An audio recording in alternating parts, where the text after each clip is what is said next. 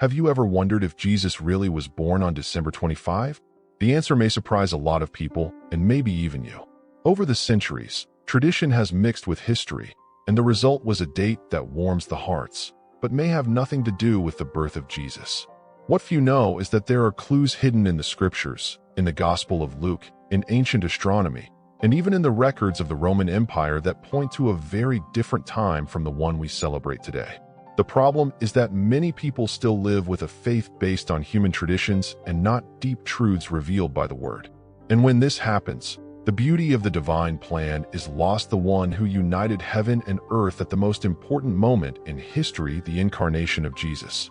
But calm, it is not about abandoning Christmas, but understanding the eternal purpose behind the event. Because when we understand the signs, the Star of Bethlehem, the census of Caesar Augustus, the role of Zechariah and John the Baptist, the Festival of Tabernacles, and even the errors of the Jewish calendar, faith is strengthened.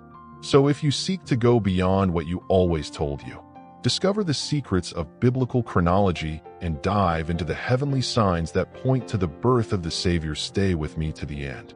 What you are about to find out will change the way you live Christmas, and maybe even your walk with God. Such a census of Caesar Augustus, mentioned there in the Gospel of Luke, was not just a historical detail, he was a precise gear in the divine plan. Just imagine Maria and Jose, about to have a baby, needing to travel to Bethlehem because of this imperial order. Does it seem coincidence? None of that. It was exactly what was foreseen in the Micah prophecy. The Messiah would be born in Bethlehem. And the most curious? A census in the middle of winter would be impractical. The roads were bad, the cold punished, and the logistics did not help. This raises in question, is the birth of Jesus really in December? It seems not. Roman censuses usually occurred in milder stations, such as spring or autumn. The Roman influence was gigantic, but even they respected common sense. And so, with this mandatory movement, that God used to the emperor to move the pieces on the board of the story, what seemed like an imposition of the empire was, in fact, part of divine sovereignty, fitting everything with surgical precision. At the beginning of this journey, we have the striking episode of Zechariah in the temple, fulfilling its priestly shift. He was from the Abius division, which places his scale between May and June, according to ancient Jewish records. It was during this time that the angel appeared announcing that his wife, Isabel, even sterile and elderly, would conceive of John the Baptist. If we do the accounts right, you can understand that Maria became pregnant about 6 months later, which would put Jesus' conception around December. Now hold this line of reasoning: if Jesus was conceived in December, a birth 9 months later would fall there between September and October. And what happens during this period? Exactly the Tabernacles feast. It is as if God is aligning not only the dates, but the meanings.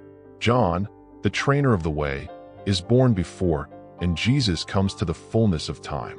Even the time of pregnancy here seems choreographed by heavenly hands.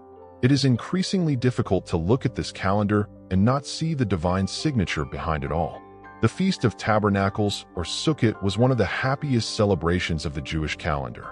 Families set up temporary tents to remember the time when the Israelites lived in the desert, and the central idea was simple and deep: God dwelling among his people.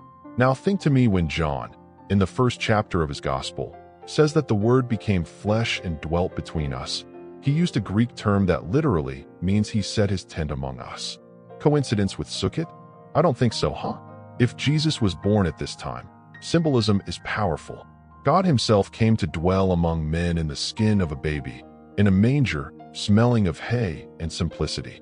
The incarnation of Jesus gains an even greater depth when connected with the feast that celebrates the divine presence.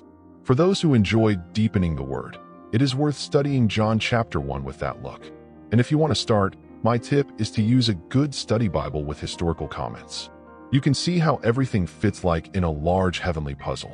Now let's imagine the classical scene: the shepherds in the fields at night, watching their flocks, when suddenly the heavens open and an angel's choir announces the birth of the Savior. Beautiful, right? But there is a detail that we usually ignore. This would hardly have happened in winter. The nights in December in Judea are cold and moist, not comfortable to leave her flock in the open. Pastors used to bring animals to more protected shelters or regions at this time of year. This detail points again to a more favorable season: spring, summer, or early fall.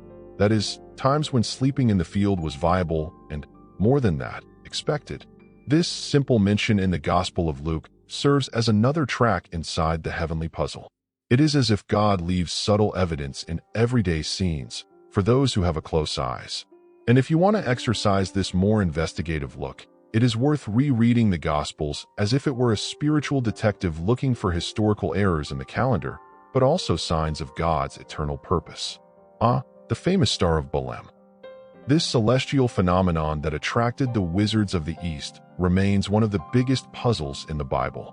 Some scholars point to a rare planetary conjunction, such as Jupiter and Saturn aligning around the year 7 before Christ. Others suggest a supernova or even a comet. Whatever it was, the fact is that this sign shone in the sky hard enough to guide wise men for miles until they found the promised king. And here comes biblical astronomy, a key that many ignore. God has already wore heaven as language from Genesis. Remember that there is light in firmament. For signs and for times, so it is. The heavens speak, and at that time, many knew how to read this star alphabet. The emergence of the star coincides with the chronological clues that point to a birth between 6 and 4 before Christ. Want to dive more on this subject? A good tip is the documentary The Star of Bethlehem, a true journey between science, faith, and mystery. One of the darkest episodes linked to the birth of Jesus was the massacre ordered by Herod, that paranoid king who had all the boys over 2 years old in Bethlehem. It's hard to imagine, but this cruel act reveals an important clue. Herod was trying to eliminate a baby that could be up to 2 years old. This indicates that Jesus was probably born well before the death of Herod, which happened around the year 4 before Christ. Yes, that's right, a detail that dismantles the traditional chronology of the Western calendar. And do you know why this error exists? Because of a monk named Dionysius, the subject responsible for calculating the year 1 of the Christian era. He ended up making a historical mistake, and the birth of Jesus was eventually put years ahead of the royal date. That is, the very foundation of the modern Christian calendar was born with a small but important mistake.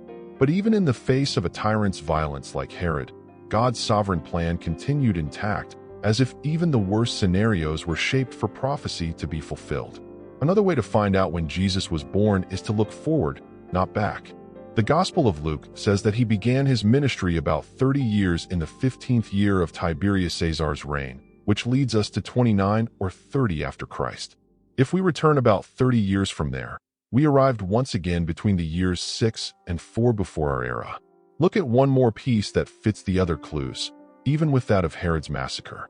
And there is one more detail that the Jews of the time would take it very seriously. The age of 30 was considered the moment of spiritual maturity for the beginning of the prosecutor. It was like this with Joseph in Egypt, with David as king, and even with the priests who began to serve in the temple. Jesus did not run away from this pattern. All at the right time, with purpose and accuracy. This shows that the date of the birth of Jesus was not an accident, but a well-timed divine choice. Want an interesting exercise?